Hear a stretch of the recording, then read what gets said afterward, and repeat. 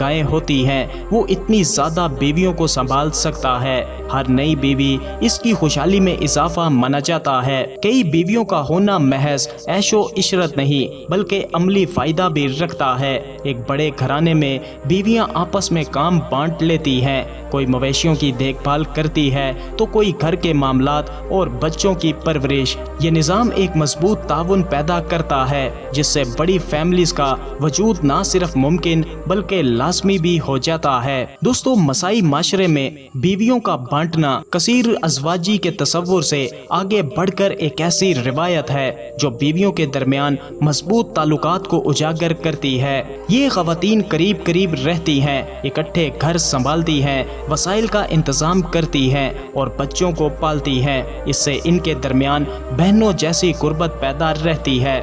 باہمی رضامندی سے ایک ہی درجے کے مرد بیویوں کو بانٹ سکتے ہیں۔ یہ رسم انفرادی تعلقات سے بڑھ کر برادری کی اقدار کی عکاسی کرتی ہے۔ شادی صرف ایک مرد اور عورت کے درمیان تعلق نہیں بلکہ ایک ایسا نیٹ ورک ہے جو پورے قبیلے کی بھلائی کو یقینی بناتا ہے۔ باہر کے لوگوں کو یہ روایت عجیب لگ سکتی ہے لیکن مسائی کے نزدیک یہ ذاتی فائدے کے بجائے باہمی تعاون اور ذمہ داری کا عملی مظاہرہ ہے۔ مسائی معاشرے میں سماجی حیثیت براہ راست دولت سے جڑی ہے اور دولت کا معیار زیادہ تر گایوں کی تعداد اور بیویوں کی گنتی سے طے کیا جاتا ہے۔ جس مسائی مرد کے پاس زیادہ گائیں اور زیادہ بیویاں ہوں وہ قبیلے میں اتنا ہی معزز سمجھا جاتا ہے۔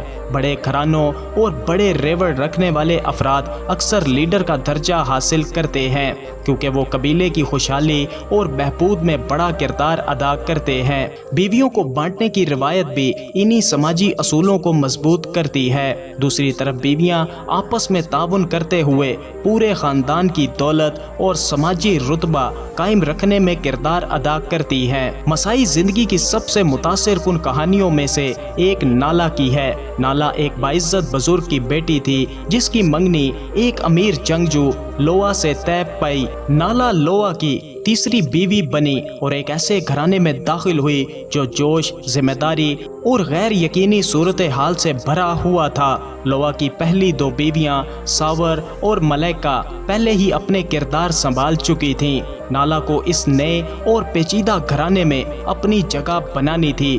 شروع میں نالا کو احساس کمتری اور گھبراہٹ کا سامنا رہا کیونکہ وہ اپنی سوتنوں کے درمیان تعلقات سمجھنے کی کوشش کر رہی تھی۔ ساور جو کہ پہلی بیوی تھی اس لیے وہ اس گھر کی سربراہ مانی جاتی تھی، جبکہ ملیکا نے بھی اپنے لیے ایک مقام بنا لیا تھا۔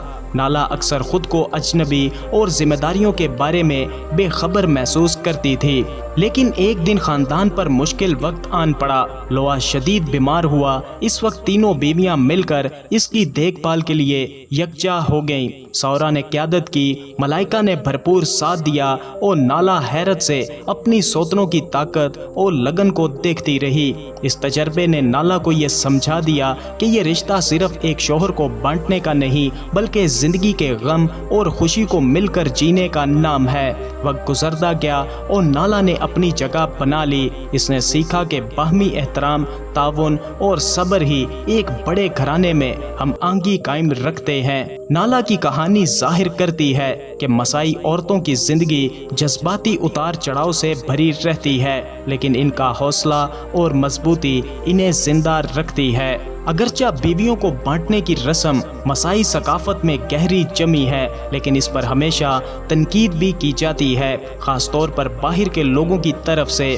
ناقدین کا کہنا ہے کہ یہ عمل خواتین کی آزادی اور حقوق کو محدود کرتا ہے اور مردانہ غلبے والے نظام کو بڑھاتا ہے۔ مغربی نقطۂ نظر سے دیکھا جائے تو یہ رسم پرانی اور دبا دینے والی محسوس ہوتی ہے، جہاں عورت کو ایک چیز سمجھا جاتا ہے، لیکن مسائی قبیلہ اس رسم کا دفاع کرتا ہے۔ ان کے نزدیک یہ روایت جبر یا عدم مساوات نہیں بلکہ خاندان اور برادری کے رشتوں کو مضبوط کرنے کا ذریعہ ہے۔ یہ ان کے روحانی عقائد اور پرانی سماجی ساخت سے بھی جڑی ہے، اس لیے جدید پیمانوں پر اسے جانچنا آسان نہیں ہے۔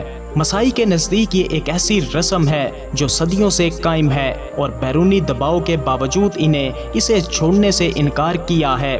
دنیا جتنی تیزی سے جدت کی طرف بڑھ رہی ہے اتنے ہی زیادہ دباؤ مقامی ثقافتوں پر بڑھ رہے ہیں کہ وہ اپنی روایات چھوڑ دیں، لیکن مسائی کے لیے ان روایات کو بچانا اپنی شناخت اور آزادی کو محفوظ رکھنے کا ایک ذریعہ ہے۔